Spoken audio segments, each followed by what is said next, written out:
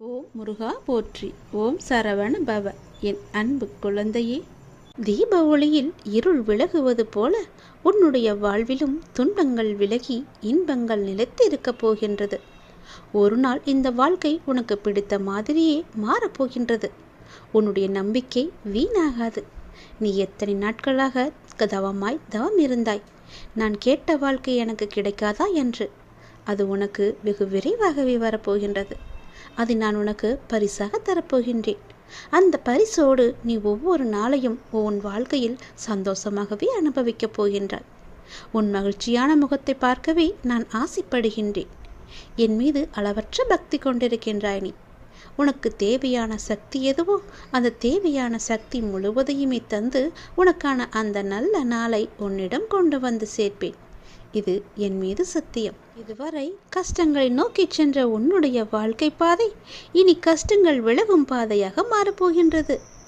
1000 ஆசைகள் உனக்குள்ளே நிறையவே புதைந்து கிடக்கின்றது. உன்னுடைய 1000 ஆசைகளையும் அலைந்து ஓடிக்கொண்டிருக்கும் உன்னுடைய வாழ்வில் சூறாவளி புயல் போல வந்த துன்பத்தினால் வாழ்வின் நிலை மாறி தவித்துக் கொண்டிருக்கின்றாய். உன்னுடைய தளராத மனமும் சிதறாத கவனமும் மாறாத பக்தியால் வாழ்வை பாங்குடன் நடத்தி செல்கின்றாய். உன்னுடைய வாழ்வு வளம் பெறும் நேரம் நெருங்கிவிட்டது. உன்னுடைய வாழ்க்கையில் நல்லது நடக்கும் நேரம் வந்துவிட்டது. நீ இதுவரை எத்தனை பொறுமையாக இருந்தாய். உன் பொறுமைக்கெல்லாம் ஒரு எல்லை இல்லாமல் காத்து கொண்டிருந்தாய் அல்லவா? உன் பொறுமைக்கான எல்லையும் வந்துவிட்டது. நீ கேட்டதற்கான பலனும் கைகூடி வந்துவிட்டது. நீ எதிர்பார்த்தது எல்லாமே இனி ஒன்றன் பின் ஒன்றாக உனக்கு நடக்கப் போகிறது என் தங்கமி. உன்னுடைய வாழ்வில் விளக்கு ஏற்றிவிட்டேன். தீப ஒளியில் உன்னுடைய இருள் எல்லாமே விலகப் போகின்றது. உன்னுடைய வாழ்க்கையில் உள்ள துன்பங்கள், துயரங்கள், கஷ்டங்கள் எல்லாமே விலகி ஓடப் போகின்றது. இனி உன் வாழ்க்கையில் சந்தோஷம் மட்டுமே நிலைத்திருக்கப் போகின்றது. தீப ஒளியில் எப்படி பிரகாசமாக இருக்குமோ என்னுடைய முகம், அது போலவே உன்னுடைய வாழ்க்கையும் தீபம் பிரகாசிப்பது போல உன்னுடைய வாழ்க்கையும் பிரகாசமாக இருக்கும். நிச்சயம் உன்னுடைய வாழ்க்கையில் பல நல்லதுகளை நான் ஒன்றன் பின் ஒன்றாக உனக்கு வைத்திருக்கின்றேன். இனி சென்று கொண்டே இரு. நீ போகும் பாதை சரியானதுதான். நீ போகும் பாதை எதுவோ அதில் உனக்கான பல நல்லதுகளை வைத்திருக்கிறேன். நான் தரும் பரிசுகளும் அங்குதான் உனக்காக இருக்கின்றன. உன்னுடைய வாழ்க்கை உனக்கு பிடித்த மாதிரியே சந்தோஷமாகவே இருக்கப் போகிறது. அதை நான் தயார் செய்து வைத்திருக்கின்றேன். விரைவில் அதை உன் கையில் வந்து சேர்ப்பேன். தயாராக இரு. என்னை காணவும் புது வாழ்க்கையில் நீ நுழையவும் உன்னை நீ இப்பொழுதே தயார் செய்து கொள். அன்பு குழந்தையே, நாம் கடவுளிடம் எது வேண்டுமானாலும் அவர் அமைதியாக இருப்பதற்கு காரணம் இருக்கும். நீங்கள் கடவுளிடம் பேசுவதை மட்டும் நிறுத்திவிடாதீர்கள். இறைவனிடம் நீங்கள் பேசுங்கள். இறைவனிடம் பேசும் வார்த்தைகள் மிகவுமே வலிமையானவை. இறைவனிடம் திரும்ப திரும்ப ஒரு விஷயத்தையே சொல்லும்போது அது கண்டிப்பாக நிறைவேறியே தீரும். இறைவனிடம் நீங்கள் கேட்கும் ஒவ்வொன்றையும் அவர்கள் கவனித்து கொண்டு தான் இருக்கிறார். உங்கள் பிரார்த்தனைகள் கண்டிப்பாக ஒரு நாள் நிறைவேற்றப்படும். அவருடன் பேசுவதை மட்டும் நிறுத்திவிடாதீர்கள். ஒரு விஷயம் நமக்கு நடக்க வேண்டும் என்றால் இறைவனிடம் முறையிட்டு கொண்டே இருங்கள். இது நடந்தே ஆக வேண்டும், இதை சரி செய்யுங்கள் அப்பா என்று சொல்லிக் கொண்டே இருங்கள். நிச்சயமாகவே அவர் உங்கள் பிரார்த்தனையை நிறைவேற்றி தருவார். நம்பிக்கையோடு இருங்கள். அவர் தருவார் என்ற நம்பிக்கையோடு இருங்கள். நம்பிக்கை இருந்தால் அந்த வானமும் நமக்கு வசப்படும். இந்த பிரபஞ்சத்தையே ஆளும் மிகப்பெரிய சக்தி உங்களது தேவைகளையும் கண்டிப்பாக நிறைவேற்றும். இறைவனால் நிறைவேற்ற முடியாத அளவிற்கு பெரிய பிரார்த்தனைகள் எதுவுமே கிடையாது. அவர்தான் அந்த பிரச்சனையை உருவாக்கியவருக்கு பிரச்சனையை தீர்க்க தெரியாதா? உங்களுக்கு தேவையானதை கண்டிப்பாக அவர் வழங்கிக் கொண்டே இருப்பார். அதை யாராலும் தடுக்க முடியாது. இதுவரை இறைவன் கொடுத்ததற்கு இனி கொடுக்க போவதற்கும் என அனைத்துக்குமே நீங்கள் நன்றி சொல்ல வேண்டும். நன்றி சொல்ல மறவாதீர்கள். உங்களை கைப்பிடித்து வழி நடத்தி கொண்டிருக்கும் சக்தியை முழுமையாக நம்புங்கள். நீங்கள் யார் மீது ஒருவர் மீது நம்பிக்கை வைத்திருக்கிறீர்களோ அது முழுமையான தூய மனதுடன் கூடிய நம்பிக்கையாக இருக்க வேண்டும். எது செய்தாலும் அசைக்க முடியாத நம்பிக்கையாக இருக்க வேண்டும். அப்போதுதான் அவருடைய முழுமையான லீலைகள் நமக்கு தெரிய வரும். என்றுமே அது உங்களை கைவிடாது. உங்களுக்கு வேண்டியது அனைத்தும் வாரி வழங்கும்.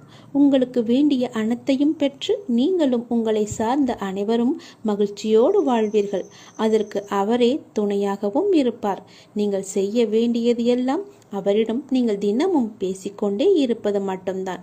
என்ன அப்பா, எப்படி இருக்கிறீர்கள் என்று ஆரம்பித்து எல்லாவற்றையுமே பேசுங்கள். எல்லாவற்றிற்கும் அவர் நிச்சயம் பதில் தருவார். ஆனால் அந்த பதிலுக்கு நீங்கள் கொஞ்சம் காலம் காத்திருக்க வேண்டும். உடனடியாக நடக்க வேண்டும் என்றால் அது நடக்காது. சிறிது காலம் பொறுமையாகத்தான் இருக்க வேண்டும். இப்போது நீங்கள் செய்ய வேண்டிய மிக முக்கியமான காரியம் என்னவென்றால், உங்களுக்கான காரியங்கள் நிறைவேறப் போகும் இந்த நாட்களில் மிக பொறுமையாக இருப்பதுதான். நீங்கள் பொறுமையுடனும் நம்பிக்கையோடும் இருப்பதுதான் அவருக்கு நீங்கள் செய்யும் வழிபாடு, தொண்டு என்று கூட வைத்துக் கொள்ளலாம். அவர் உங்களிடம் வேறு எதுவுமே கேட்கவில்லை. நான் உங்களுக்கு செய்து தருகிறேன், அதற்கு பதிலாக நீங்கள் என் மீது நம்பிக்கையும் பொறுமையாக இருங்கள் என்று சொல்கிறார். ஆர்வமும் சிந்தையும் உள்ள பக்தர்களின் விருத்தியில் நான் இருந்து கொண்டே அவர்களின் தொன்று தொட்டு இருக்கும் அடர்ந்த அஞ்ஞானமாகிய இருளை என்னுடைய கருணையினால் மிக்க ஒளியுடன் விளங்கும் விவேகம் என்னும் ஞான தீபத்தினால் முற்றும் நாசமடையும்படி நான் செய்வேன் என்று நீ உணர்ந்து கொள். நல்லது ஒன்றை அடைய வேண்டுமென்ற சிரத்தை ஒருவனுக்கு இருந்தாலே அவனிடம் இறைவன் குடிக்கொண்டிருக்கிறான் என்று பொருள். இல்லையென்றால் அவனுக்கு மேற்கொண்டு என்ன செய்ய வேண்டும் என்பது கூட தோன்றாமல் இருக்கலாம். ஆதலால் நாம் செய்யும் ஒவ்வொரு செயலின் பின்னணியிலும் இறைவன் இருக்கிறான் என்று நம்புபவனுக்கே பிரபஞ்சமும் அதன் இயக்கங்களும் ஒவ்வொன்றாக புரிய வரும். அது மட்டுமல்லாது அண்டத்தில் உள்ளதுதான் பிண்டமாகிய நம்முள்ளும் இருக்கிறது என்ற இறுதி உண்மையும் உனக்கு தெரிய வரும். செய்யும் தொழிலே தெய்வம் என்று அப்படி செயல்புரிபவனுக்கு தொன்று தொட்டு விளங்கும் அறியாமை என்னும் இருளை போக்கி ஞானத்தை நான் வழிய வந்து தந்து விடுவேன் என்று பகவான் கிருஷ்ணன் நமக்கு உத்தரவாதம் தந்திருக்கிறார். அந்த ஞானம் அடைந்தவனுக்கு வேறு எந்த பாதையிலும் செல்வதற்கு தோன்றாது. அவருடைய பாதத்தையே அவர் பிடித்து கொள்வார்கள். தன்னுடைய மனப்போக்கை மாற்றுவதால் தன்னுடைய வாழ்க்கையை மாற்ற முடியும் என்று கண்டுபிடிப்புதான் என் தலைமுறையின் மாபெரு கண்டுபிடிப்பும். எதிர்த்து சண்டையிடுவதற்கு அதிக புத்திசாலித்தனம் தேவையில்லை. புரிந்து கொண்டு விட்டு கொடுப்பதற்கு தான் அதிக புத்திசாலித்தனம் தேவைப்படுகிறது. அனுசரித்து போவதும் அமைதியாக இருப்பதும் மனித வாழ்க்கையின் நிம்மதிக்கான முக்கியமான மந்திரம். நெற்றியை காயப்படுத்துவதை விட முதுகை வளைத்துச் செல்வது எவ்வளவு நல்லது. பேசுவது திறமையல்ல, தனது பேச்சால் யாருக்கும் எந்த பாதிப்பும் வராமல் பேசுவதே திறமை. கோபத்தில் ஒரு முறை விட்ட வார்த்தைகளை மறுமுறை சரி செய்ய முடியாது. அப்படி முயன்றால் அது ஓட்டையான குடத்தில் தண்ணீர் நிரப்புவதற்கு சமம். நல்ல புரிதல் உள்ளவர்களுக்கு சொல்ல தேவையில்லை. புரியாதவர்களுக்கு எவ்வளவு சொல்லியும் பயனில்லை. ஒரு இடத்தில் எப்படி பேச வேண்டும் என்று கற்றுத்தர நிறைய பேர் இருக்கிறார்கள். ஏன் பேசாமல் இருக்க வேண்டும் என்று கற்றுத்தர வாழ்க்கை மட்டுமே நமக்கு இருக்கின்றது. நல்லதை கூட சில இடங்களில் பேசாமல் இருப்பதே நமக்கு நல்லதுதானே. காரணமின்றி ஒருவன் உங்களை அவமானப்படுத்துகிறான் என்றால் உங்கள் பாவத்தை அவர்கள் மொத்தமாக குத்தகை எடுப்பதற்கு நிகர். உமக்கு சுபிட்சம் கிடைக்கப் போகிறது என்ற அர்த்தம். அவர்களுக்கு பெரும் கேடு கிடைக்கப் போகிறது என்று நீ புரிந்து கொள். அவர்கள் உன்னை அவமானப்படுத்தினால் சந்தோஷமாகவே அதை எடுத்துக்கொள். அவர்களுக்கு கெட்ட காலம் ஆரம்பித்து விட்டது என்று நீ புரிந்து கொள். உங்களை எவர் புரிந்து கொள்ளாவிட்டாலும் பரவாயில்லை. உங்கள் வழிகளில் நீங்கள் உண்மையாக இருங்கள். எந்த துயர் வந்தாலும் அத்துயரை போக்கி புத்துயிர் அருளும் இறைவன் உங்களோடு எப்போதுமே இருக்கிறார். ஆகவே நீங்கள் எதற்குமே பயம் கொள்ளாதீர்கள். மழையளவு துயர் வந்தாலும் மாமருந்தாய் காத்து நிற்பவன் இறைவன் ஒருவனே என்பதை நீங்கள் உணர்ந்து அவரிடம் நம்பிக்கை கொள்ளுங்கள். அவரே எல்லாவற்றையுமே பார்த்து கொள்வார். மிக பெரிய ஆபத்திலிருந்து உன்னை காப்பதற்காகத்தான் இவற்றை எல்லாமே நான் சொல்கிறேன். நான் சொல்வது உன்னுடைய நலனுக்காக. நான் சொல்வதை தவறாமல் கேட்டு அதன்படி நடத்துக்கொள். உண்மையில் உங்களுக்கு ஒரு எதிரி உண்டு எனில் உள்ளத்தில் எழும் ஒழுங்கற்ற எண்ணமே என்பதில் நீங்கள் கவனம் செலுத்துங்கள். நானும் என்னை சார்ந்தவர்களும் ஆரோக்கியத்துடனும் மகிழ்ச்சியாகவும் மன நிறைவாகவும் வாழ்ந்து கொண்டிருக்கின்றோம் என்ற எண்ணத்தை மனதில் ஆழமாக விதித்து கொள்ளுங்கள். அந்த எண்ணமே அதற்கான சூழ்நிலையையும் செயலையும் தானாகவே உருவாக்கிவிடும். எந்த மனது நல்லது நினைக்கிறதோ அந்த மனதிற்கு நல்லதே நடக்கும். யார் ஒருவர் மற்றவர்களும் நன்றாக இருக்க வேண்டும் என்று நினைக்கின்றாரோ அவர் நன்றாகவே இருப்பார். இதை பின்பற்றினால் உங்களுடைய வாழ்க்கை சிறப்பாக மலரும். உங்கள் திறமையை கொள்ளும் முதல் எதிரி உங்களின் தயக்கம்தான். தயக்கத்தை நீங்கள் விட்டொழியுங்கள். எந்த ஒரு மோசமான சூழ்நிலையும் உங்களை பலவீனப்படுத்தாமல் பார்த்து கொள்ளுங்கள். மாறாக நீங்கள் எப்போதும் ஆக்கப்பூர்வமான மனநிலையோடு தன்னை உறுதியாக வைத்துக் கொள்ளுங்கள். பிடிக்காத விஷயத்தை கண்டு கொள்ளாமலும் வேண்டாத விஷயங்களில் உங்களை கவனம் செலுத்தாமலும் தேவையற்ற கேள்விகளுக்கு பதில் சொல்லாமலும் நீங்கள் இருந்து பாருங்கள். உங்கள் உடலும் மனமும் ஆரோக்கியமாகவே இருக்கும். எந்த ஒரு பிரச்சனையும் உங்களை வந்து நேராது. உங்களுடைய நிம்மதியும் தொலையாது. நீங்கள் எப்பொழுதும் சந்தோஷமாகவே இருக்கலாம். எந்த ஒரு பிரச்சனையும் இன்றி மகிழ்ச்சியாகவே வாழலாம். தேவையற்ற பேச்சுக்களை நீங்கள் குறைத்து கொண்டால், வீண் வாக்குவாதங்களை நீ தவிர்த்து கொண்டால், தேவையற்ற எண்ணங்களை நீங்கள் விலக்கி கொண்டால் எல்லாமே உங்களுக்கு நல்லதாகவே அமையும். உங்களுடைய எதிரியை உங்களுக்கு அருகிலேயே வைத்துக்கொண்டு சுற்றுமுற்றும் பார்ப்பது எதற்காக? நான் சொல்வது புரிகிறதா? அக்கம் பக்கத்தினர் எல்லாம் உன்னை பற்றி தவறாக பேசுகிறார்கள். அவர்கள்தான் என்னுடைய எதிரி என்றும் நினைக்கிறாய். உன்னை சுற்றியுள்ள உறவினர்கள் உன்னை அப்படி பார்க்கிறார்கள். அவர்கள்தான் என் எதிரி என்று பார்க்கிறாய். எல்லாமே தவறு. உன்னுடைய எதிரி வேறு எங்குமே இல்லை. அவர்கள் பேசுவது இயல்புதான். அவர்கள் பேசிவிட்டு போகட்டும். அவர்களையெல்லாம் நீ பெரிதாக எடுத்துக்கொள்ளாதே. உன்னுடைய எதிரி உனக்குள்ளேயே இருக்கிறது. நீ அவர்களையெல்லாம் செவிமடுத்து பார்க்காதே. நீ செவி கொடுத்து பார்க்கும்போதுதான் அவர்கள் உனக்கு தெரிகிறார்கள். செவி கொடுக்காமல் பார், அவர் உன் கண்ணுக்கு தெரிய மாட்டார்கள். அவர்கள் பேசுவது உன் காதுக்கு கேட்காது. நீ உன்னுடைய மனதை மட்டும் எப்பொழுதும் அலைப்பாய விடாமல் தைரியமாக ஒரு நிலையில் வைத்துக்கொள். உன்னுடைய எதிரி மனம் அலைந்து கொண்டிருக்கிறது. அந்த மனதை பிடித்து ஒரு நிலைப்படுத்து. என்னிடம் கொண்டு வா. அதாவது என்னுடைய நாமத்தை நீ ஜபித்து கொண்டே இரு. எவ்வளவு பெரிய துயரமானாலும் துன்பமானாலும் கண்ணிமையில் நொடிப்பது போல ஒரு நொடியில் அந்த துன்பம் எல்லாம் காணாமல் போய்விடும். இது என்னுடைய வாக்கு. நான் சொல்வது நிச்சயமாகவே பலிக்கும். உன் எதிரியை முதலில் நீ அழித்துவிடு. என்னை உதாசீனப்படுத்தாமல் இதை கேள். மிக முக்கியமான செய்தியை சொல்லதான் நான் வந்திருக்கிறேன். இதை நீ கேள். என்னை நீ காக்க வைக்காதே என் தங்கமே. சந்தனத்தின் வாசனை திரவியம் அதை தேய்த்தால்தான் காற்றில் பரவுகிறது. ஒரு ரத்தினத்தை வெட்டி மெருகூட்டும் போது அதன் பளபளப்பும் மதிப்புமே அதிகரிக்கும். வெடி உலைகளில் தங்கத்தின் மினுமினுப்பு அதிகரிக்கும். துன்பத் தீயில் இருந்து கண்ணீர் சிந்தும் போதுதான் மனிதன் சுத்திகரிக்கப்படுகிறான். உண்மையில் கண்ணீர் உருகிய மென்மையான இதயத்தை குறிக்கிறது. கடவுளின் முன்னிலையில் ஆனந்த கண்ணீர் வருகிறது. கடவுள் அமைதியாக இருந்தால் வருந்துதல், குற்ற உணர்வு மற்றும் வலி ஆகியவற்றால் நமக்கு கண்ணீர் வருகிறது. கண்ணீரை உடல் சுத்தப்படுத்தி கண்கள் பிரகாசமாக்கும் என்று மருத்துவர்கள் கூட சொல்கிறார்கள். இதயத்தின் ஆழத்தில் மறைந்திருக்கும் எதிர்மறை எண்ணங்களை துடைத்து மனிதனை உண்மையான உன்னதமாக்கும் என்று கவிஞர்களும் கூறுகிறார்கள்.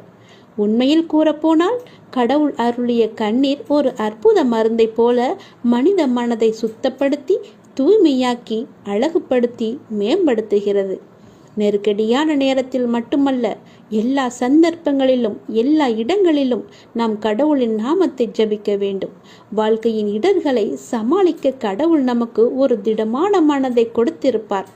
துன்பம் இன்பம் இரண்டுமே இறைவனால் கொடுக்கப்பட்டவைதானே. எனவே இரண்டையுமே நாம் ஏற்றுக்கொள்ளதானே வேண்டும். இன்பம் வரும்போது நாம் ஏற்றுக்கொள்ளும் போது துன்பத்தை மட்டும் ஏன் தள்ளிவிட வேண்டும்? துன்பத்தை கொடுக்க தெரிந்த இறைவனுக்கு அதை போக்க வழி சொல்லி தரமாட்டாரா? நீ கவலைப்படாதே. கண்ணீரையும் புன்னகையையும் இறைவனின் பரிசாக நீ கருத வேண்டும். ஒளியின் முக்கியத்துவம் இருளில்தான் தெரியும். நீண்ட மணி நேர கடின உழைப்புக்கு பிறகுதான் ஓய்வின் மதிப்பை நம்மால் உணர முடியும். உழைத்து உழைத்து பார். ஒரு நிமிடமாவது உட்கார்ந்தால் தேவலாம் என்று உன் மனதுக்கு தோன்றும் அல்லவா? அப்படித்தான் இதுவும். துக்கத்தால் துன்பப்படும் போது இன்பம் என்னவென்று நமக்கு தெரியும். நமது பாவங்களை கழுவி பிரச்சனைகளிலிருந்து நம்மை சுத்திகரிக்கும் அப்பாவிற்கு நாம் எப்படி நன்றி இல்லாதவர்களாக இருக்க முடியும்? நாம் அவருக்கு நன்றி கூறிக்கொண்டே தான் இருக்க வேண்டும். ஏதாவது ஒரு ரூபத்தில் எப்படியாவது நம்முடைய கஷ்டத்திற்கு நிவாரணத்தை அவர் தந்து கொண்டு தான் இருக்கிறார். ஆனால் எந்த ரூபத்தில் வருவார் என்று நமக்கு தெரியாது. அது அவருக்கு மட்டும்தான் தெரியும். ஆகவே குரு மற்றும் ஆதி இறைக்கு நன்றி உடையவர்களாக நாம் இருப்போம். நாம் இன்று செய்யும் செயலுக்கு நாம் இறைவனுக்கு நன்றி சொல்வோம். இவற்றையெல்லாம் சொன்னது உனக்கு புரியாமல் தான் இருக்கலாம். இது நான் நேரடியாக சொல்லாமல் சில சூட்சுமமாகத்தான் சொல்லியிருக்கிறேன். அதை நீ புரிந்து தெளிந்து கொள். அப்போதுதான் உன் வாழ்வு எந்த பிரச்சனையும் இல்லாமல் இருக்கும். இதை நீ உதாசீனப்படுத்தாது. இன்றோடு உன் போராட்ட வாழ்வுக்கு முடிவுக்கு வந்துவிடும். நீ கவலையப்படாதே.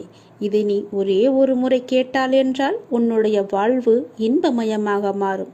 உன் போராட்டம் எல்லாமே முடிவுக்கு வந்துவிடும். இது என்னுடைய சத்திய பிரமாணம். நீங்கள் முன்னேறுங்கள். கடவுள் மீதும் நம்பிக்கை வையுங்கள். உங்கள் மீதும் நம்பிக்கை வையுங்கள். எல்லாம் என் நன்மைக்கே நடக்கிறது என்று நம்பிக்கையுடன் சொல்லுங்கள். நம்பிக்கையுடன் உங்களுக்கு நீங்களே நினைவுபடுத்திக் கொள்ளுங்கள். தெய்வீக திட்டத்தில் அளவற்ற புத்திசாலித்தனம் இருக்கிறது. கடந்த காலத்தை பற்றி தொடர்ந்து யோசிக்காதீர்கள். எதிர்காலத்தை பற்றி அதிகமாக நீங்கள் கவலைப்படாதீர்கள். நடப்பது எல்லாம் நன்மையாகவே நடக்கும். அதனுடைய போக்கிலேயே நடக்கும். எதிர்காலத்தை பற்றி நினைத்து கொண்டு நிகழ்காலத்தை நீங்கள் வாழ விட்டு மறந்து விடாதீர்கள். நிகழ்காலத்திலேயே நீங்கள் வாழ்ந்து விடுங்கள். உங்கள் விதிக்கு நீங்களே சிற்பியாக இருங்கள். எப்போதும் நேர்மையாக சிந்தித்து சிறந்த சுய முயற்சியை நீங்கள் மேற்கொள்ளுங்கள். தனக்கு உதவி செய்பவர்களுக்கு கடவுள் நிச்சயம் உதவுவார். நீங்கள் நேர்மையுடன் மனதில் எந்த ஒரு தவறான குறிக்கோளும் இல்லாமல் செய்யும் முயற்சிகள் அனைத்துமே வெற்றி பெறும். எல்லா வளங்களும் தானாகவே ஒன்றின் பின் ஒன்றாக உங்களை நோக்கி வரும். உங்களுடைய துன்பத் துயரங்கள் எல்லாமே தானாகவே பனி போல ஓடிவிடும். அன்பு, பணிவு மற்றும் இரக்கத்துடன் உங்கள் வாழ்க்கையை நீங்கள் முழுமையாக வாழுங்கள். உங்கள் வாழ்க்கையை தலைச்சிறந்த படைப்பாக்குங்கள். உங்கள் வாழ்க்கையை பற்றி எல்லோரும் பேசும்படி செய்யுங்கள். அவர் எவ்வளவு கஷ்டப்பட்டு முன்னேறி வந்திருக்கிறார், அவரை போல எல்லோரும் இருக்க வேண்டும் என்று ஊரார் பேசும்படி மெய்ச்சித்து வாழ பாருங்கள். நேர்மையுடன் நீங்கள் முயற்சி செய்யுங்கள். உங்களுடைய முயற்சி எல்லாமே தானாகவே வெற்றி பெறும். அந்த வெற்றியிலிருந்து தான் உன்னுடைய வாழ்வும் வளம் பெறும். உன்னுடைய வாழ்க்கையில் பல விதமான நல்ல நல்ல மாறுதல்கள் எல்லாம் ஏற்படும். பல விதங்களில் உனக்கு எல்லாமே நல்லதாகவே நடக்கும். பல வழிகளில் உனக்கு பணமும் கிடைக்கும். அந்த வெற்றியை நோக்கி நீ சென்று கொண்டே இரு. நீ மற்றவர்களுக்கு உன்னால் முடிந்த தான தர்மங்களை செய்யும் போது கடவுள் உன்னுடனேயே தானாக வந்து விடுவார். யாரும் கேட்காத போது நீயாக சென்று உதவு. அவரின் கஷ்டம் அறிந்து அவருக்கு நீ உதவிப்பார். கடவுள் உன் கஷ்டம் அறிந்து உனக்கு உதவ முன்னோக்கி வருவார். அவரே எல்லா பிரச்சனையையும் தீர்த்து வைப்பார். உன்னால் முடிந்த உதவியை மட்டும் எல்லோருக்கும் செய்துவிடு. இன்றோடு உன் போராட்ட வாழ்வு எல்லாமே ஒரு முடிவுக்கு வரும் என்று சொன்னேன் அல்லவா? அது சத்தியமாகவே நடக்கும். என் மீது சத்தியமாகவே நடக்கும். இதை நீ ஒரு முறை கேட்டு அதன்படி நடந்து கொள். எல்லாமே உனக்காக சொல்லப்பட்டது. உன்னுடைய பிரச்சனைக்காக, தீர்வுக்காக சொல்லப்பட்டது. இதை நீ செய், நல்லது நடக்கும். நம் மனிதராக பிறந்த அனைவருக்குமே சுதந்திரம் இருக்கிறது. சுதந்திரம் என்றால் என்ன?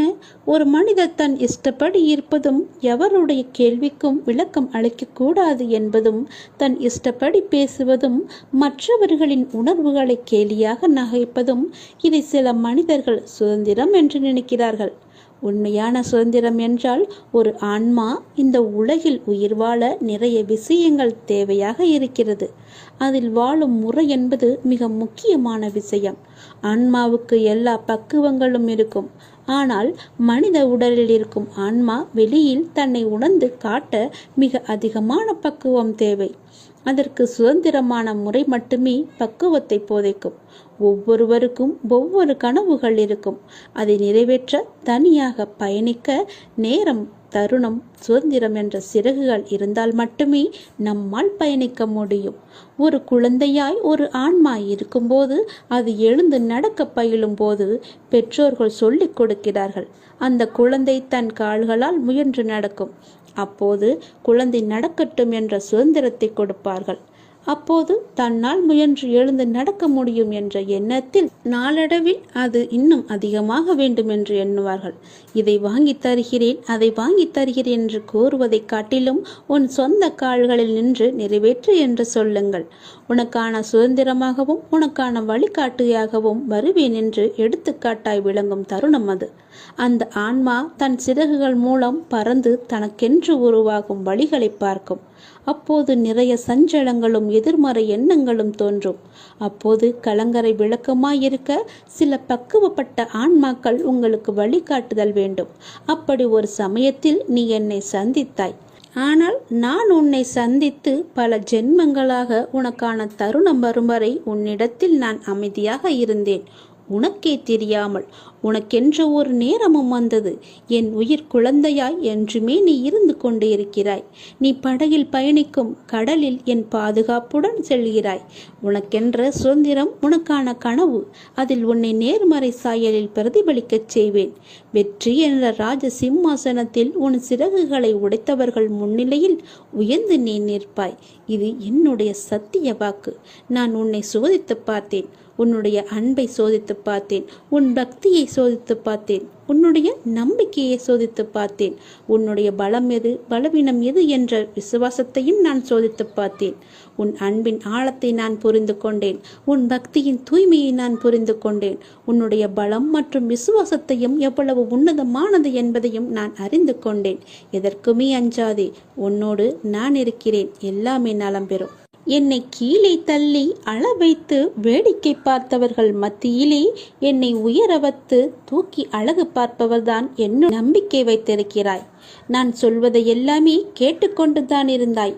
ஆனால் இப்போது சமீப காலமாக என்னை நீ அலட்சியப்படுத்தினாய்.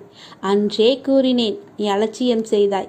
இன்றாவது நீ கேட்பாய் என்று நான் உனக்கு வந்திருக்கிறேன் உன்னிடம் ஒரு செய்தி சொல்ல. இது உனக்கான கடைசி வாய்ப்பு. நான் சொல்வதை கேள். தேவையின்றி அச்சம், பயம், பதற்றம் அடைவதை விட்டுவிட்டு உங்களையும் உங்களை சார்ந்தவர்களையும் சமூகத்தையும் மகிழ்வோடு வைத்திருங்கள். சிலர் எப்போதாவது பதற்றமும் பயமும் அடைகின்றனர். சிலர் அனைத்து விஷயத்திலுமே பதற்றம் அடைகின்றனர். ஆக மொத்தத்தில் இந்த பயம், அச்சம், பதற்றம் ஆகியவை எல்லாமே நம்மை கீழே இழுக்கும் சக்திகளாகவே எப்போதுமே இருந்து வருகிறது. பயமான அல்லது இக்கட்டான சூழ்நிலைகள் இருக்கும்போது நாம் எல்லோருமே பதற்றம் அடைந்திருப்போம். இது இயற்கைதான். அதே சூழ்நிலைகள் நமக்கு பழகும் போதோ, மாறும் போதோ, அல்லது அதிலிருந்து விலகும் போதோ பதற்றமும் பயமும் நம்மை விட்டு போய்விடுகிறது. இக்கட்டான சூழ்நிலையில் இருந்து விலகிய பின்னும் பதற்றம் தொடர்ந்தே நீடித்தால், சட்டென காரணமில்லாமல் ஏற்பட்டாலோ அல்லது அதன் வீரியம் அதிகரித்தாலோ அல்லது அன்றாட வாழ்க்கை முறையில் பெருமளவில் பாதித்து உடல் மன நலக்கேடுகளை விளைவிக்கிறது. இருந்த போதிலும் ஓரளவு பதற்றம் நல்லதுதான். நமக்கு அன்றாட வாழ்க்கைக்கும் அவசியமானதும் கூட. இது எதிர்பாராத விபத்திலிருந்தோ தாக்குதலிலிருந்தோ நம்மை காப்பாற்றுவது மட்டுமின்றி கவனத்துடன் இருக்க செய்து வேலைகளை திறம்பட செய்ய உதவுவதுடன் சிக்கல்களை சமாளிக்க தூண்டுகோலாகவும் இது இருக்கிறது. ஆனால் எல்லா நேரமும் பதற்றமாக இருக்கும்போது உடல் மன அளவில் பல உபாதைகளை ஏற்படுத்தும் வாய்ப்பும் அதிகமாகவே இருக்கும். எப்பொழுதும் கவலையுடன் இருந்தால் கவனம் செலுத்துவதில் சிரமம் ஏற்படும். எளிதில் எரிச்சல் அடைவது, மன சோர்வு போன்ற மன சிக்கல்களும் ஏற்படும். பதற்றம் காரணமாக வரும் உடல் மன உபாதைகள் எல்லாம் வேறு சில நோய்களுக்கும் பொதுவானவையாகவே மாறிவிடும். எனவே பதற்றம் காரணமாக இந்த உடல் சிக்கல்கள் வரும்போது வேறு ஏதோ நோய் வந்துவிட்டதாக தவறாக கணிக்கக்கூடாது. பதட்டம் என்பது ஒரு மனநோய் என்று. ஆனால் அதை தொடக்கத்திலேயே நாம் கிள்ளி எறிய மறுத்தால் அது மனநோய்க்கு வித்தாகிவிடக்கூடும். உடல் அளவிலும் மனதளவிலும் ஏற்படும் பதற்றத்தின் அறிகுறிகள் எந்த விதமான சூழ்நிலையில் ஏற்படுகிறது, எவ்வளவு நேரம் நீடிக்கிறது, எப்படி சரியாகிறது என்பதில் கவனம் செலுத்த வேண்டும். எப்பொழுதும் தளர்வு நிலையில் இருப்பது, உங்களுக்கு ஏற்படும் மன உளைச்சல், மன அழுத்தத்தின் காரணம் அறிந்து திறம்பட சமாளிப்பது பதற்றத்தை சரி செய்ய உதவும். மெல்லிய இசையை ஒலிக்கவிட்டு கண்களை மூடி இசையினையும் உங்கள் சுவாசத்தையும் மட்டும் கவனித்தவாறு அமர்ந்திருங்கள். நடைப்பயிற்சி, உடற்பயிற்சி, விளையாட்டு, யோகா போன்றவற்றையும் பதற்றம் தணிக்க பெருமுதவும் காரணிகளாக இருக்கிறது. மிகையாக நகைச்சுவை நூல்கள், தன்னம்பிக்கை அளிக்கும் நூல்கள், பொது அறிவை மேம்படுத்தும் நூல்கள் அல்லது இவை தொடர்பான வலைத்தளங்களை நீங்கள் பார்வையிடுங்கள். பதற்றம் தொடர்ந்து அதிகமாக இருந்தால் நீங்கள் மருத்துவரை சென்று அணுகக்கூட நேரிடும். மருத்துவர்கள் தவிர மனதத்துவ மருத்துவரையும் அணுகி ஆலோசனை பெறுங்கள். இல்லையென்றால் நான் சொல்வதை நீங்கள் கேட்டு அதன்படி நடந்து கொள்ளுங்கள். என்னை நீ அலட்சியம் செய்கிறாய், அதனால்தான் இவ்வளவும் உனக்கு. இன்றாவது நீ கேள், நான் சொல்வது போல செய். இதுதான் உனக்கான கடைசி வாய்ப்பாக நான் சொல்கிறேன்.